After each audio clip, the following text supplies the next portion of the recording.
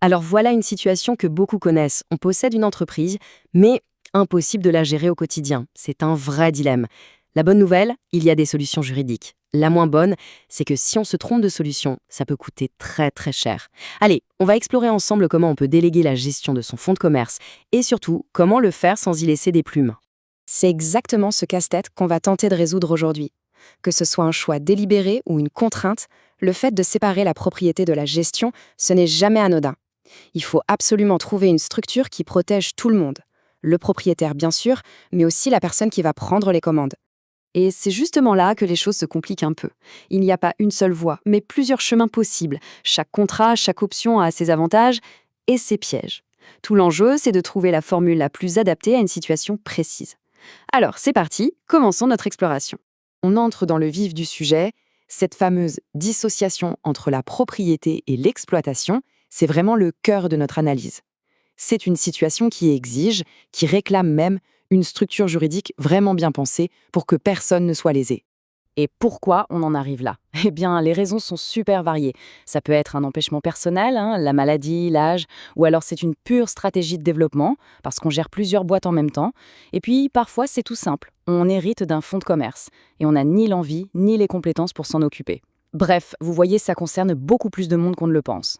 Bon, la première option, c'est la plus intuitive, celle à laquelle on pense tout de suite. On embauche un gérant. On lui fait un contrat de travail, tout ce qui est plus classique, et hop, il devient un salarié de l'entreprise. Simple non? En apparence, oui, mais regardons de plus près.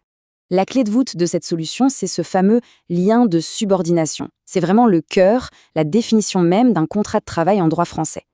Ça veut dire quoi? Que l'employeur dirige, surveille et, s'il le faut, sanctionne. Juridiquement, le gérant est donc un exécutant, même s'il a d'énormes responsabilités sur les épaules. Très concrètement, ça veut dire que tout le code du travail s'applique, de A à Z. C'est le propriétaire qui fixe le cap, les grandes orientations, comme les horaires d'ouverture par exemple. Le gérant, lui, a une obligation de loyauté, donc pas question d'aller faire de la concurrence à son employeur. Et si ça se termine, eh bien on applique les règles classiques du licenciement. Et là, on touche au principal inconvénient. C'est un peu le piège du salariat pour un gérant qui se donne à fond. Imaginez un peu le scénario. Grâce à son travail acharné, il fait d'une petite boutique un commerce qui cartonne. Eh bien, le jour de son départ, il repart avec ses indemnités de licenciement. Et c'est tout. Toute la valeur qu'il a créée, toute cette plus-value, elle reste à 100% dans les mains du propriétaire. C'est clair que la pilule peut être amère. C'est justement pour répondre à cette frustration et pour reconnaître le rôle presque entrepreneurial de certains gérants que d'autres statuts ont été imaginés. Comment on fait quand on veut donner plus d'autonomie, plus d'intéressement aux gérants, mais sans pour autant perdre totalement le contrôle? Allez, on entre maintenant dans une zone un peu plus subtile du droit. La solution qu'on pourrait appeler hybride, le gérant de succursale. C'est un statut assez fascinant qui a été créé par le législateur pour des situations bien particulières. Des situations où une personne a l'air d'un indépendant, mais n'en a pas du tout la liberté. L'idée de départ du législateur, elle est assez simple en fait. Il fallait protéger des gens qui sont économiquement pieds et poings liés à une seule entreprise, mais qui ne sont pas techniquement des salariés, parce qu'il n'y a pas ce fameux lien de subordination juridique.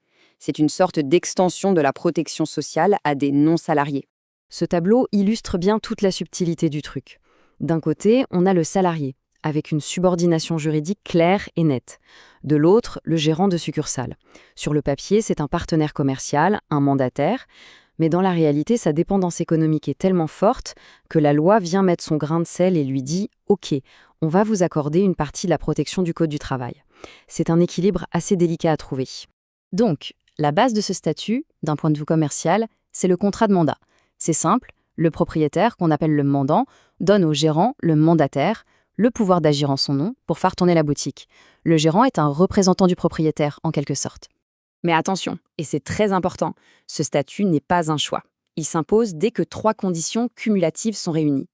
Et quand on y pense, ces 3 conditions dessinent parfaitement le portrait de la dépendance économique. L'entreprise contrôle ce que vous vendez, où vous le vendez et à quel prix. Une fois que ces 3 verrous sont en place, le gérant n'a quasiment plus aucune marge de manœuvre d'entrepreneur. Alors là, attention, c'est le point crucial à retenir.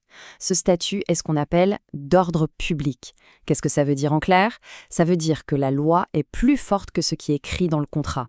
On peut bien marquer contrat de partenariat en lettres d'or sur le papier. Si dans les faits, les 3 conditions qu'on vient de voir sont remplies, un juge n'hésitera pas une seconde à requalifier le tout. C'est la réalité du terrain qui gagne, toujours, pas l'étiquette qu'on colle dessus. Et cette affaire Yves Rocher, elle l'illustre parfaitement. La Cour de cassation a été très claire. Même si le contrat était baptisé contrat de franchise, les faits, eux, démontraient une situation de gérance de succursale. Le résultat, le dirigeant de la société franchisée a pu bénéficier à titre personnel des protections du droit du travail, notamment les règles sur le licenciement. La réalité l'a emporté sur le titre du contrat. Et comme si tout ça n'était pas déjà assez complexe, la loi a créé une niche à l'intérieur de la niche. Une variante spéciale, uniquement pour le commerce de détail alimentaire. On peut se demander pourquoi, c'est sans doute lié à l'histoire et au poids de ce secteur bien particulier en France. En regardant ce tableau, on voit tout de suite que le gérant dans l'alimentaire gagne en autonomie. Rien que le fait de pouvoir choisir son propre local, c'est un pas de géant vers l'indépendance. En contrepartie, son modèle de rémunération est plus risqué, puisqu'il est basé sur une commission. Et pour compenser ce risque, la loi lui offre une protection en béton, la garantie des congés payés. C'est une exception vraiment notable. D'accord. Après ce petit tour d'horizon des différentes options, comment on s'y retrouve? C'est le moment de synthétiser un peu tout ça pour aider à y voir plus clair et à prendre la bonne décision. Finalement, ce tableau résume bien le dilemme pour un propriétaire. La vraie question à se poser, c'est quel niveau de contrôle suis-je prêt à lâcher en échange de l'autonomie et, on l'espère, de la motivation de mon gérant? Si on veut tout maîtriser, tout diriger, le salariat s'impose. Si au contraire on cherche un vrai partenaire qui prend des initiatives, il faut accepter la complexité juridique des autres statuts et donc un contrôle plus faible. Au fond, le message clé à retenir est assez simple. Il n'y a pas de meilleure solution dans l'absolu. Il n'y a qu'un arbitrage à faire, un équilibre à trouver. Chaque contrat, c'est comme un curseur qu'on déplace entre le contrôle du propriétaire, la liberté du gérant et le niveau de protection que la loi accorde. Et tout ça, ça nous laisse avec une question plus large, une question pour l'avenir. À l'heure des plateformes, du travail indépendant qui explose, est-ce que ces statuts hybrides, comme celui du gérant de succursale, ne sont pas finalement une piste d'avenir pour le droit du travail? Comment trouver le juste milieu entre la protection des personnes et la flexibilité dont l'économie de demain a besoin? Le débat, lui, ne fait que commencer.